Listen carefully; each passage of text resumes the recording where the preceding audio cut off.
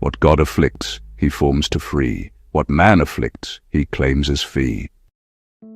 Few scriptural sentences have traveled farther from their linguistic origins than the oft-quoted line, "Man shall not live by bread alone, but by every word that proceeds from the mouth of God."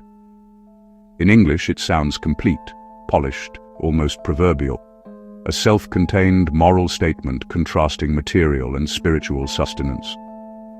This surface clarity, however, is the result of centuries of interpretive condensation. The Hebrew text of Deuteronomy 8:3 that underlies it is not a compact maxim but a dense sequence of 7 verbal constructions, each with its own grammar of relation and intention. The popular translation has therefore imposed simplicity upon a passage whose power lies precisely in its complexity. Traditional exegesis has reinforced this compression. Rabbinic interpreters such as Rashi and Ibn Ezra read the verse through the lens of divine pedagogy. Israel's suffering and hunger were a test to teach dependence on God. The Midrash Rabbah elaborated this into an ethical principle, claiming that bread itself does not grant life unless blessed by divine decree. Christian theology inherited and reshaped the verse in the Gospels, where Jesus cites it during his temptation in the wilderness as a declaration of spiritual fidelity. Patristic commentators from Augustine to Aquinas treated it as a contrast between fleshly need and divine word, and modern devotional readings continue this line, treating the text as a moral axiom about the soul's higher nourishment. Each of these traditions, though rich in spiritual insight, tends to translate the Hebrew experience of sequence and relation into an abstract opposition between body and spirit.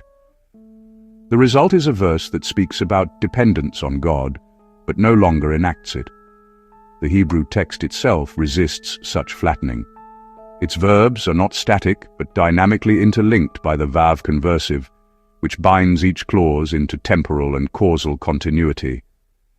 The repeated second-person suffix ka keeps the discourse personal and relational, while the choice of hifil stems, he caused to hunger, he made to know, introduces mediated agency, a pattern of divine causation rather than direct command. What English presents as a linear moral statement is, in Hebrew, a choreography of interaction. God acts, Israel receives, time unfolds, and knowledge arises. The theology is written in the morphology. By examining the verse through triadic logical structures, we recover this lost grammar of relationship. Each triad, whether conjoined, convergent, or harmonic, represents a mode of interaction between God and humanity. Affliction, hunger, and sustenance are not discrete episodes, but successive configurations of dependence and revelation.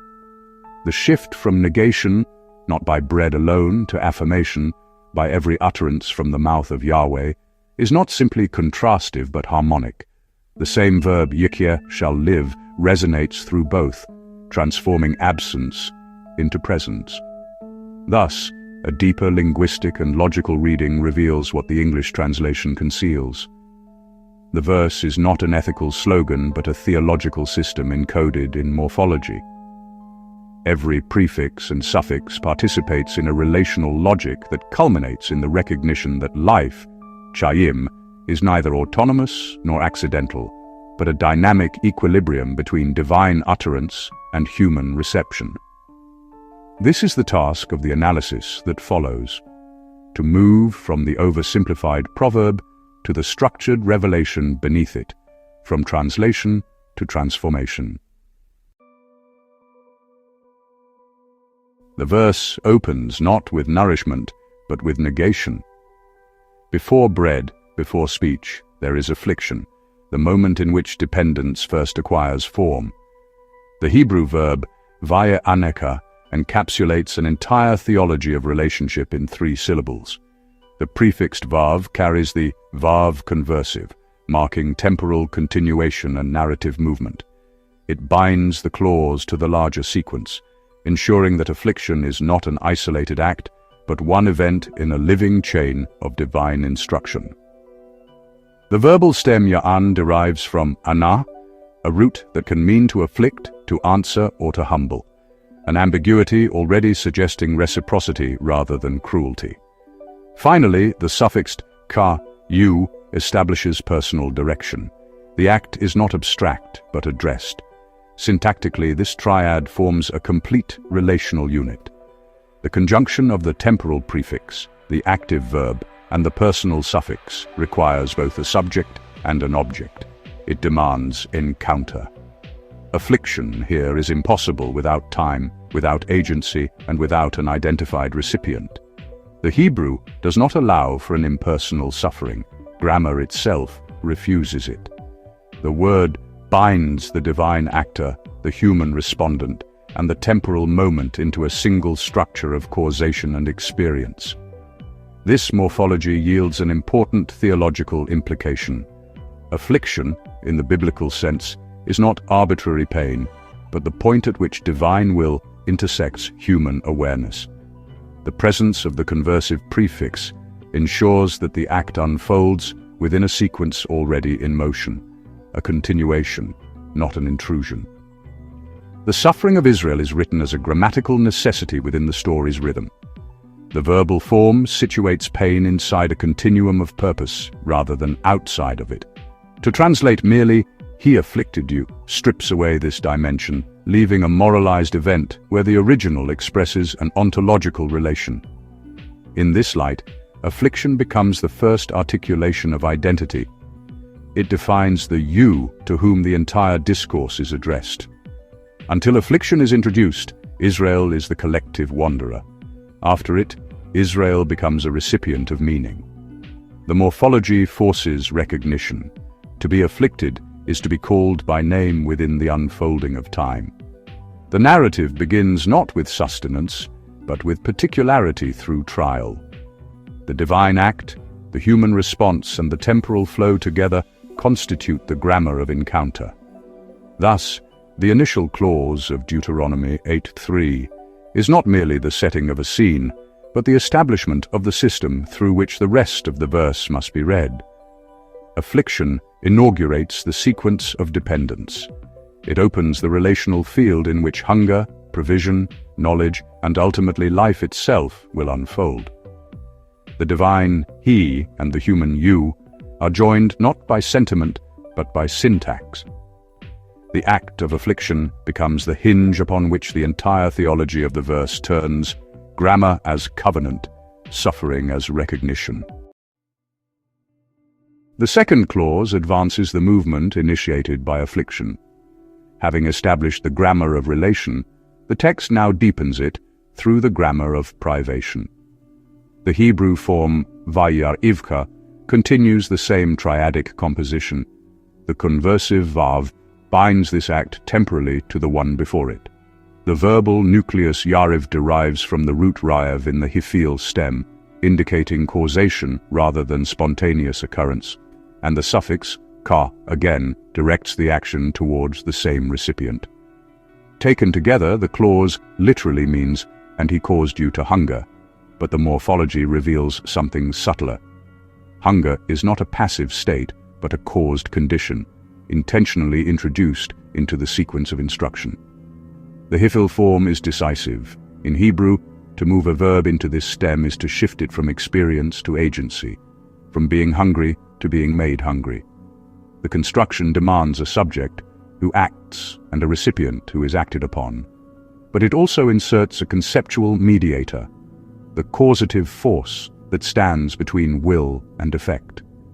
Hunger is therefore not merely the absence of food, it is an instrument of formation.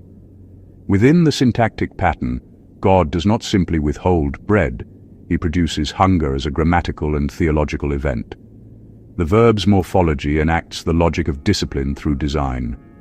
The retention of the suffix, ka, reinforces continuity. The you of affliction remains the you of hunger, and the repetition of the conversive vav maintains the same temporal current. The clause is not a new episode, but the next modulation of a continuing relation. Affliction opens awareness. Hunger defines its shape. If the first clause introduced the reality of dependence, the second names its felt form. The narrative moves from the external condition of trial to the internal landscape of desire. This progression carries deep theological resonance. Hunger is not presented as divine neglect, but as the space in which dependence becomes conscious. The grammar itself refuses any interpretation of randomness. A caused hunger presupposes intention, and intention presupposes purpose. Within the sequence of Vaya Rivka, the divine action narrows from the broad affliction of circumstance to the intimate deprivation of appetite. The human subject is not only acted upon, but refined, drawn into recognition that need itself can be revelatory. This insight dissolves the common dichotomy between abundance as blessing and lack as curse. In the syntax of Deuteronomy 8:3, both are instruments of relation. The same grammatical mechanism that joined God and Israel through suffering now joins them through emptiness. The conversation continues even when the table is bare. The Vav conversive carries the narrative forward. The story does not pause for famine. The famine is the story. Thus, Vaya Rivka stands as the second movement in the verse's unfolding symphony of dependence. Where affliction individualized Israel, naming the you within time, hunger interiorizes that identity, turning recognition into yearning. It is not the negation of life, but the hollow through which life will later be filled. In grammatical terms, it is the middle clause of relationship. God acts, man feels, and time holds them together until the next utterance. The sentence is still in motion, revelation is still in transit. With the third clause, the grammatical motion of Deuteronomy 8:3 turns from deprivation to provision. Yet, the continuity of structure ensures that this provision is not reversal, but integration. The Hebrew phrase, Vayakilka et Haman, retains the same triadic frame as the preceding clauses. The conversive Vav sustains temporal sequence. The verbal core Yahil, derived from Ahal, to eat, in the Hifil stem, expresses causation, to cause to eat, to feed, and the suffix Ka again personalizes the act.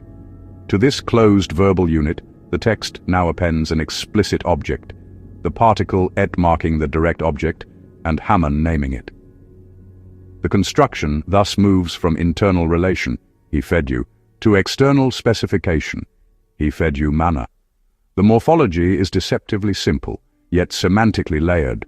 The inner form, Vaya Kilka, functions as a complete relational event, subject, verb, and recipient, enclosed within a single word. The addition of et Haman opens that enclosure, joining the hidden pronoun to a visible noun. The result is a double articulation of giving. The divine act reaches inward to the person addressed and outward to the substance offered. The syntax itself performs the theology of provision, inner and outer, unseen and seen, bound by a single act of causation. This dual structure is critical for understanding the verse's movement. The same God who caused you to hunger, Vaya Rivka, now feeds you, Vaya Kilka, but both verbs share the same stem pattern and suffixal intimacy. The difference lies not in divine attitude but in relational phase. The grammar reveals continuity rather than contrast. The one who engineers lack is the same who fills it. Hunger and feeding are complementary clauses within a single morphological logic of dependence. The inclusion of the explicit object Haman, the manna, adds another layer. Grammatically, the direct object marker, it anchors the gift in the world of visible matter, while semantically, the noun manna, from the root man, what is it, preserves the mystery of its source. Thus, the construction binds the concrete and the ineffable. The grammatical sign of specification introduces an object that itself resists specification. The syntax brings revelation into contact with materiality without collapsing either into the other. Theologically, this clause transforms causation into communion. The act of feeding is not mere sustenance, but reconnection. The divine subject, the human recipient, and the gift itself form a circuit of reciprocity. Affliction had individualized, hunger had hollowed, feeding now completes the triad by filling that hollow with relation. The manna functions as a linguistic and spiritual bridge, God's utterance made edible, the invisible word translated into the visible world. The morphology embodies that translation, one act, one verb, one motion of speech that becomes nourishment. Therefore, Vayakilka et Haman stands as the hinge between deprivation and revelation. It confirms that divine provision is not reversal of suffering but its fulfillment. What was empty is now shaped. What was silent now speaks through sustenance. The Hebrew grammar holds all three dimensions in tension: subject, object, and gift, revealing that true feeding, in the biblical sense, is always relational. It joins giver, receiver, and substance into a single utterance of life. The fourth clause turns the focus from divine action to human perception. The Hebrew phrase, Asher lo yadata velo yadu avoteka, introduces a reflective pause within the sequence, a grammatical widening of perspective. The relative particle, asher, links what follows back to the preceding gift, the manna, creating a dependent clause that both qualifies and expands it. The manna which you did not know, nor your fathers knew. The particle's role is crucial. It does not simply connect propositions, it binds generations in a shared condition of unknowing. Within the relative clause, the repetition of negation and verb establishes a symmetrical pattern. The phrase lo yadata, you did not know, is mirrored by velo yadu. And they did not know, with avoteka, your fathers, completing the correspondence.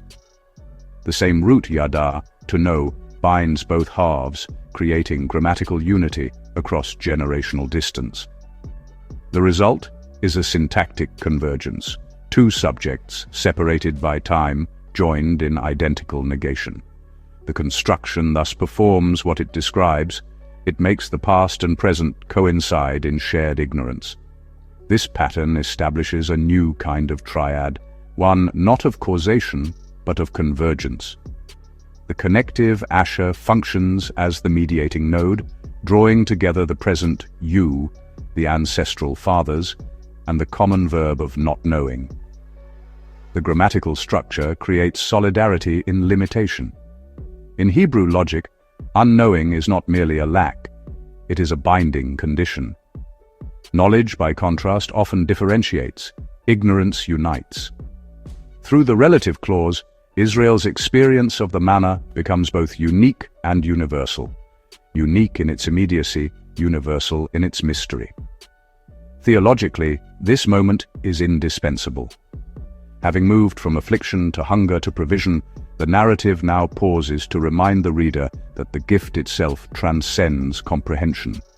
The manna, precisely because it was unknown to both recipient and ancestor, cannot be reduced to memory or tradition.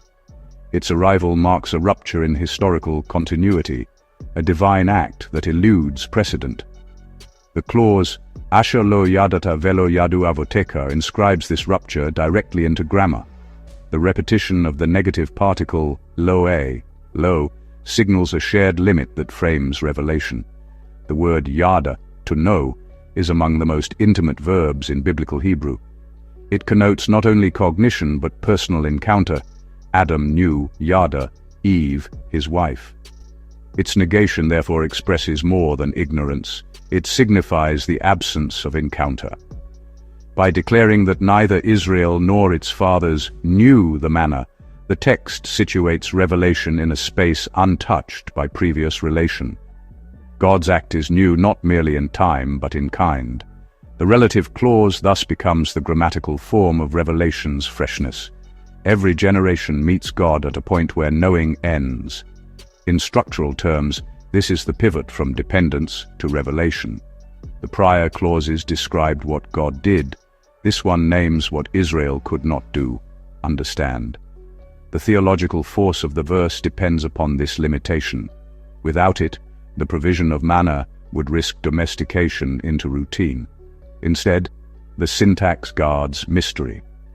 The negative repetition affirms that revelation remains revelation only so long as it exceeds comprehension. The not knowing becomes the medium of divine pedagogy. Thus, Asher lo yadata velo yadu avoteka binds Israel to its ancestors through the common humility of ignorance. The generations converge not in knowledge possessed, but in wonder shared. This is grammar as theology. The relative clause transforms unknowing into covenant, affirming that mystery itself is the common inheritance of faith. After the symmetrical stillness of shared unknowing, the text now discloses its purpose. The phrase lema'an hodiaka reintroduces motion, teleology returning to grammar. The preposition lema'an, literally for the sake of, or in order that, governs the infinitive construct hodia, the causative of yada, to know in the hyphal stem, followed by the personal suffix ka, you. Together they express the divine intent that undergirds all the preceding actions. Affliction, hunger, and feeding occurred in order to make you know. Where the earlier clause described absence of knowledge, this one reveals the aim to instill it. The morphology transforms negation into design. The preposition lema'an signals purpose, but not mechanical causality. It does not merely explain why something happened. It draws attention to the intentional structure within the divine-human relationship. The infinitive hodiaka combines two essential features of the verse's theology, the hyphal causative stem and the second-person suffix. Knowledge, like hunger, is not self-generated. It is caused and addressed. God is the agent of knowing. Israel is its recipient. The syntax enacts this dependency through morphology. The very form of the verb makes God the giver and Israel the learner. This clause also binds the prior movements into coherence. The narrative that began with Ve'aneka, he afflicted you, and continued through Vayarivcha, he caused you to hunger, and Vayakilcha et Haman, he fed you the manna, now receives its interpretive key. These were not disconnected tests or provisions. They were sequential clauses of instruction, grammatical components of a larger didactic syntax. The purpose particle lema'an turns narrative into pedagogy. What happened to Israel happened for Israel.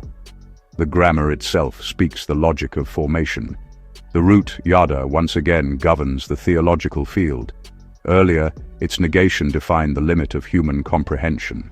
Here, its causative form defines the possibility of revelation. The infinitive hodia means literally to make know, implying that knowledge is not only received, but brought into being. This is more than instruction. It is creation of consciousness.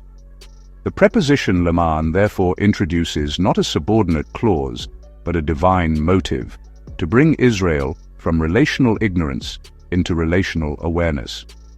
In structural terms, the clause serves as the hinge between the descriptive and the prescriptive, between what has been done and why it was done.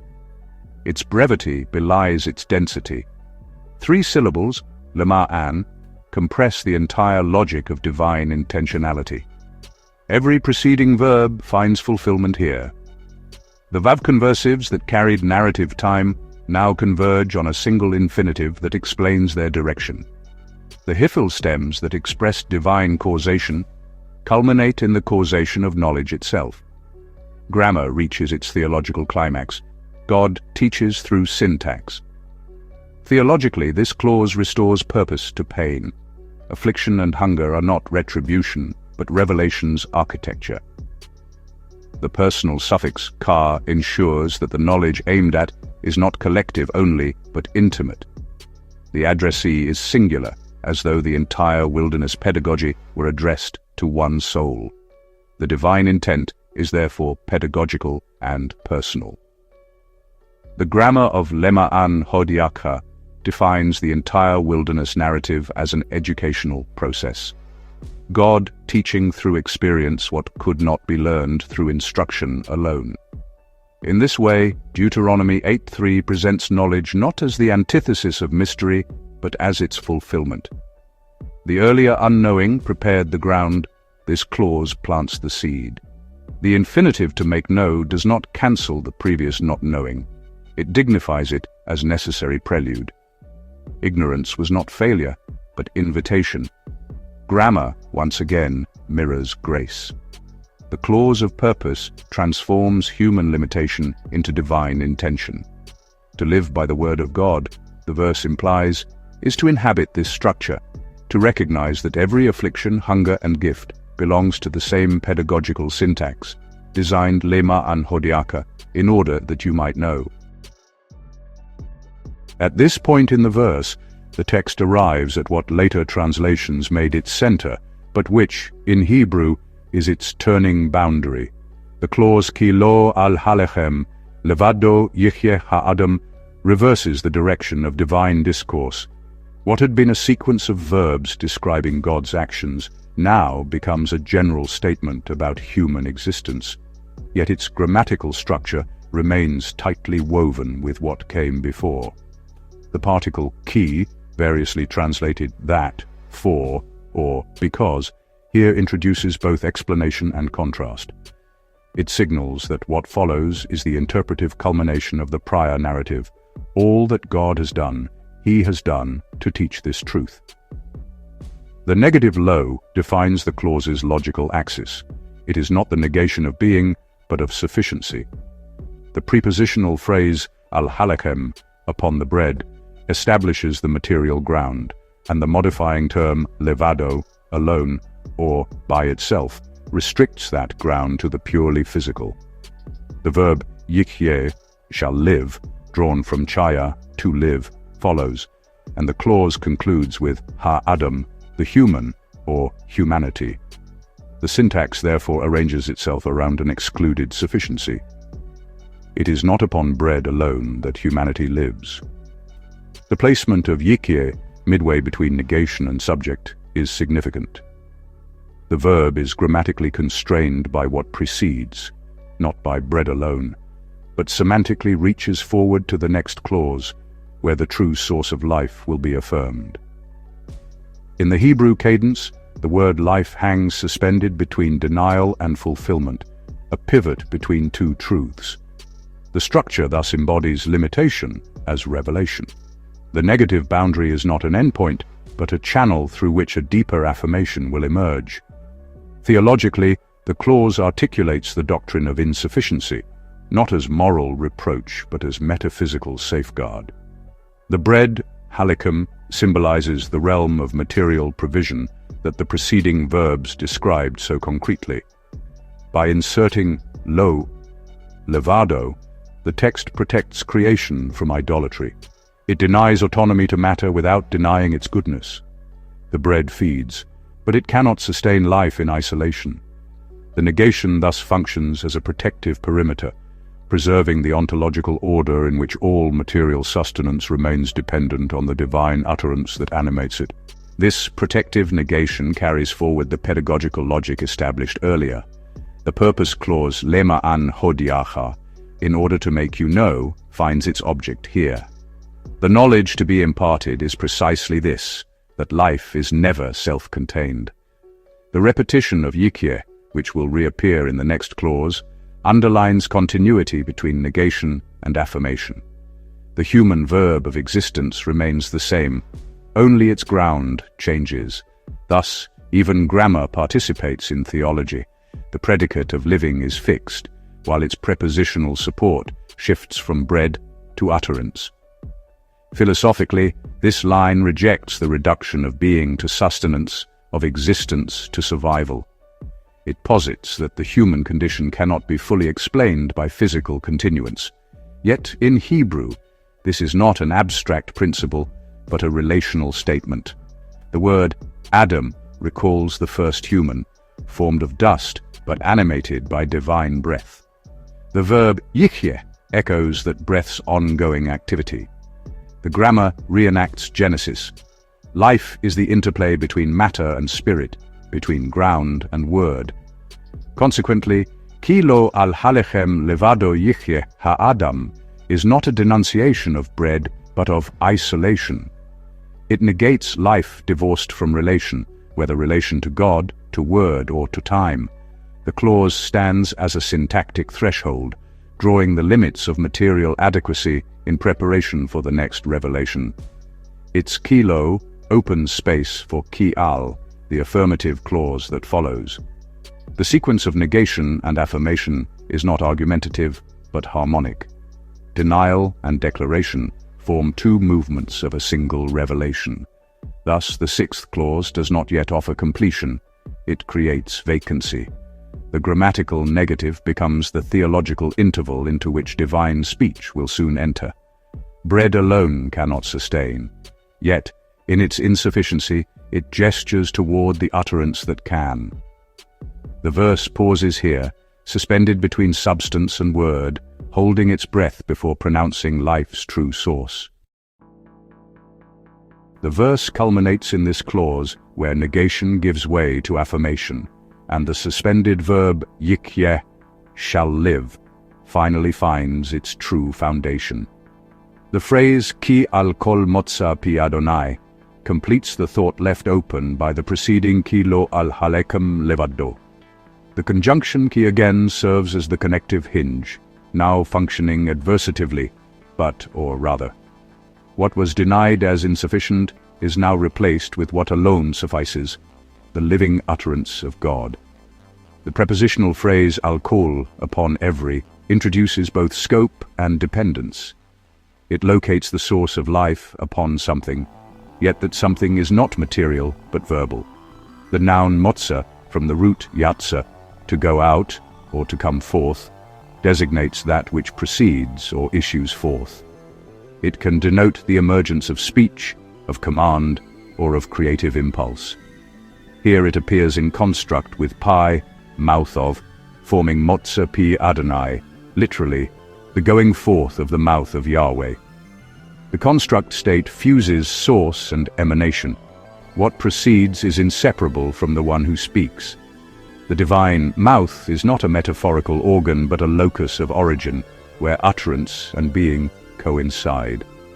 Theologically, this construction restores to language its creative ontology. The same divine mouth that spoke the world into being now speaks life into humanity.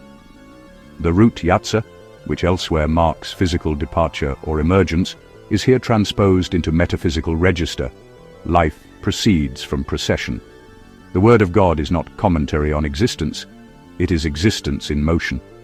Grammar mirrors this theology. The participial noun, motza, captures both action and result, what issues forth and what has issued. The phrase thus spans tense, encompassing continual emanation.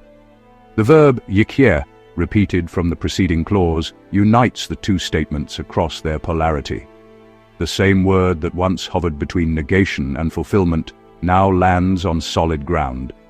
Life is grammatically and theologically anchored upon utterance.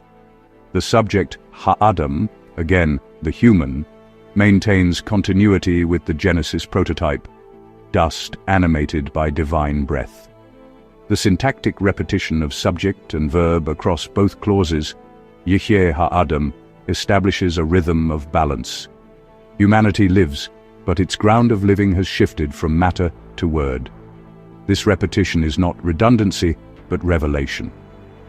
The parallel syntax invites direct comparison between the two al-phrases, al-halekem levado, on bread alone, and al-kol motza pi Adonai, on every utterance of the mouth of Yahweh. The movement from halekem to motza is not merely thematic, but ontological. The preposition al, which denotes dependence, functions here as the bridge between physical and metaphysical sustenance. Both bread and word stand as supports of life, but the second clause expands the field. The object of dependence is no longer a single substance, but every emanation of divine speech. The inclusion of kol, every, universalizes the source. Life flows from all that proceeds from God, not from any one command or provision. In linguistic terms, the clause is symmetrical perfection. Its elements, conjunction, preposition, quantifier, construct chain, verb, and subject, form a self-contained logic of life. Yet each part refers beyond itself.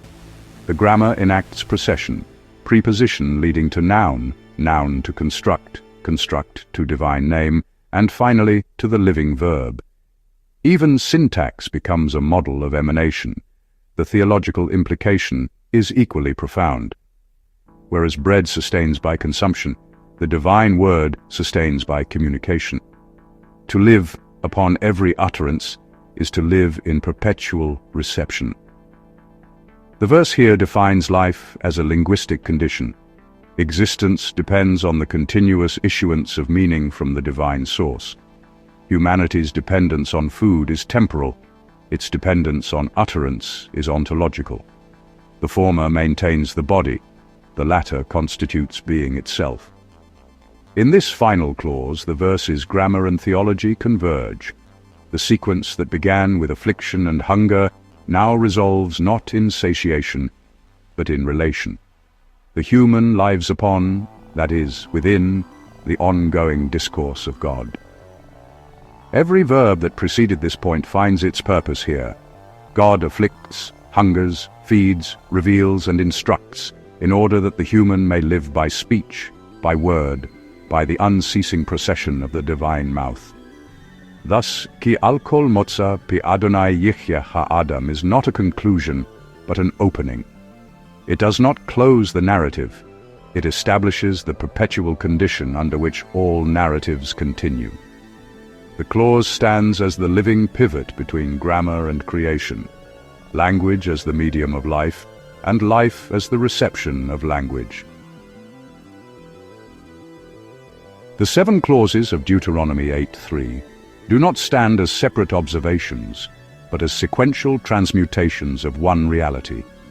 Each arises organically from the tensions of the one preceding it, so that the entire verse becomes a continuous dialectic of dependence and disclosure, a movement from condition to comprehension, from experience to expression.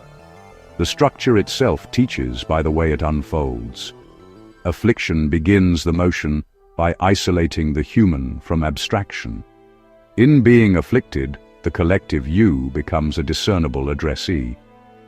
The experience of being acted upon creates the first boundary of personhood.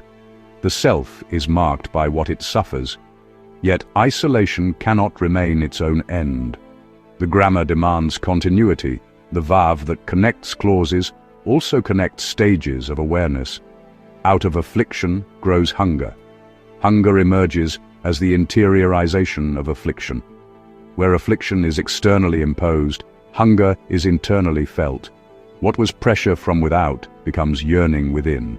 Thus, affliction individualizes and hunger personalizes.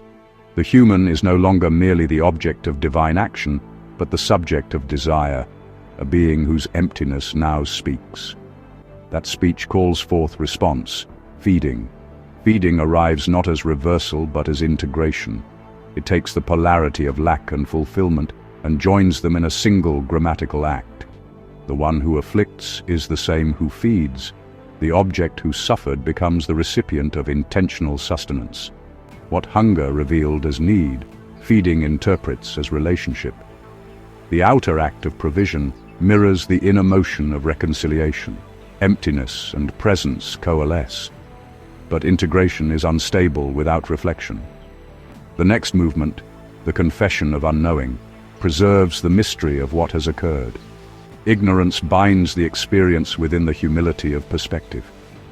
Having been fed, Israel might presume understanding. The syntax forbids it. Which you did not know, nor your fathers knew, introduces shared limitation as the necessary counterbalance to revelation. Ignorance universalizes what feeding particularized.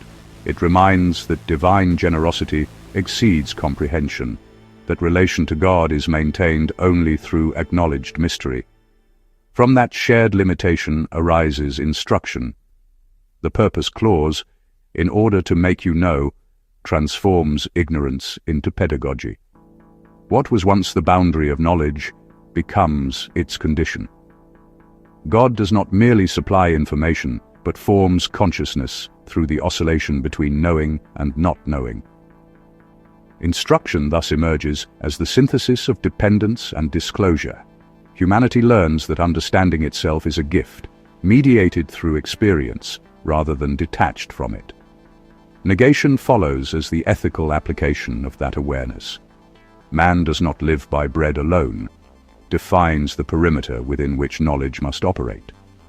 Once the human has been taught that all sustenance is relational, the text inscribes that relation as law. Negation is grammar's way of guarding theology. It draws the line beyond which comprehension becomes idolatry. To negate bread's sufficiency is to preserve the integrity of its giver. Affirmation, finally, completes the circuit that affliction began. But by every utterance from the mouth of Yahweh shall man live, restores what negation withheld, placing the human back within the continuum of divine speech. Life no longer depends upon the visible provision, but upon the invisible articulation that sustains all being. The process has turned full circle. The God who afflicted by word now animates by word. What began as the cry of the afflicted ends as participation in divine utterance. Thus, the sevenfold arc moves with deliberate coherence from affliction to hunger, to feeding, to ignorance, to instruction, to negation, to affirmation. Each step arises as both resolution and reorientation of the one before. The verse is not a string of events, but a living sequence of transformations, in which grammar becomes revelation. The afflicted one becomes the addressed one, the hungry becomes the receptive, and the living human emerges as the audible echo of the divine mouth. What Deuteronomy 8:3 ultimately reveals is not simply a doctrine of dependence, but a structure of consciousness. The divine pedagogy recorded here unfolds through syntax, not abstraction. Every prefix, stem, and suffix performs an act of theology. The verse does not speak about how God teaches, it teaches by speaking. It allows language itself to become the medium through which divine intentionality enters human awareness. The sevenfold sequence begins in affliction, the interruption of equilibrium, and culminates in affirmation, the restoration of equilibrium at a higher order. Between these 2 points stretches the entire drama of relation, the awakening of need, the meeting of that need, the recognition of mystery, the reception of instruction, and the disciplined drawing of limits that prepares for renewal. The grammar thus mirrors creation itself, differentiation, desire, formation, revelation, and finally harmony within speech. The verse becomes a linguistic microcosm of divine economy, a world spoken, sustained, and understood through utterance. To read this text structurally is therefore to recover an ancient intuition that life is grammatical. Existence unfolds according to relational syntax. Being is not a noun, but a verb continually conjugated by divine address. The human creature lives not by possession, but by participation, not by what is held, but by what is heard. Bread nourishes only because the word sustains it. Language is the deeper metabolism of the soul. In this light, the verse's final declaration, "By every utterance from the mouth of Yahweh shall man live," is not conclusion, but condition. It defines life as ongoing reception of divine articulation. To live is to be grammatically open, receptive to the procession of meaning that issues from the mouth of God into the fabric of time. There is a reason the Torah tells us this story in a single verse. It is not only compact, it is patterned.